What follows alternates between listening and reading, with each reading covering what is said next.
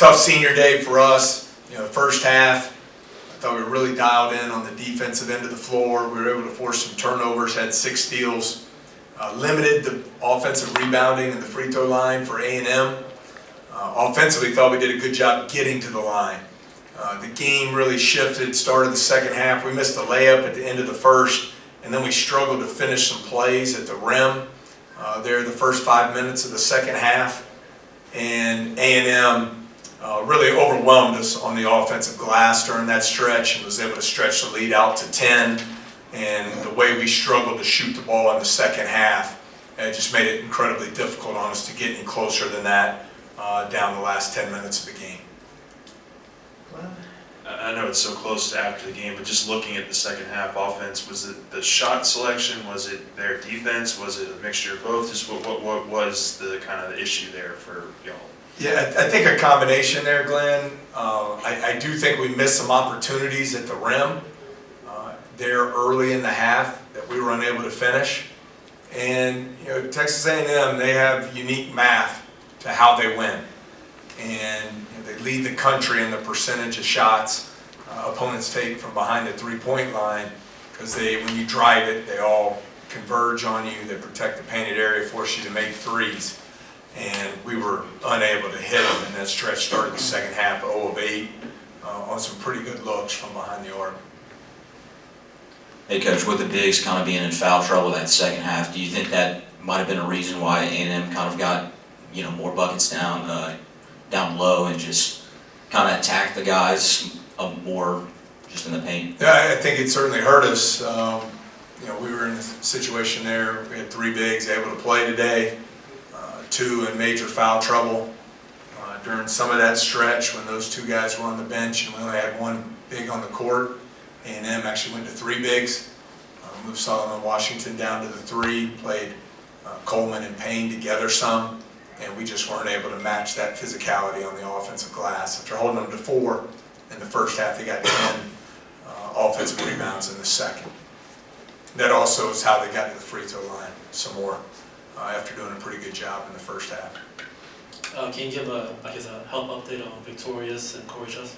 Yeah, Victorious and Corey still have yet to return to practice. Corey has missed quite a few games now. It was the back injury at Oklahoma. And now he's got a foot injury. Will be off tomorrow and then be reevaluated Monday morning. See what his return looks like there.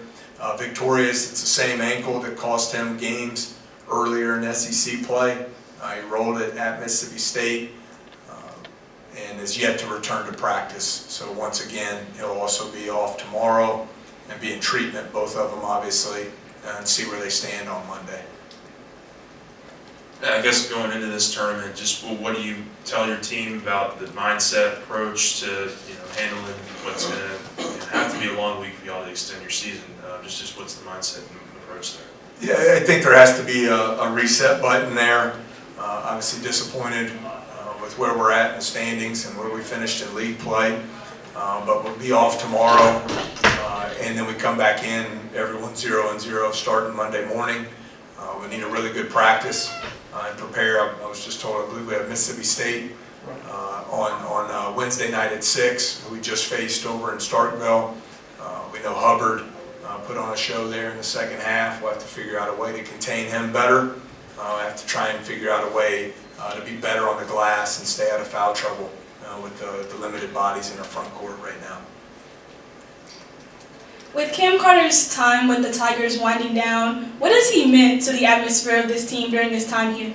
Yeah, I think you just focus in on some of the memories that you have with him. They have an opportunity to coach him for a year.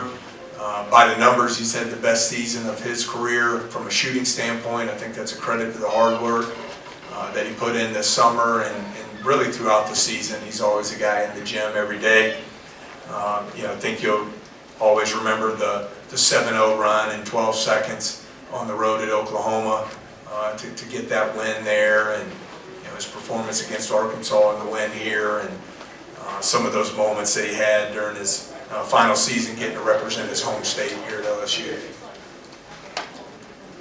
What worked for Jordan Sears today in terms of him getting able to score 21, I believe? I thought he was terrific in the first half. Unfortunately, had the ankle injury there, but showed some real grit and toughness getting back in the fight. That is much needed for us. I thought a big play when we went on a run. We got out in transition, and Cam hit him for an open three, knocked that down. He also did a really good job getting to the free throw line in the first half, and I thought was able to. Texas A&M does a lot of switching, and there was some opportunities when he had the big on him on the perimeter to get by and get into the lane and draw some free throws there.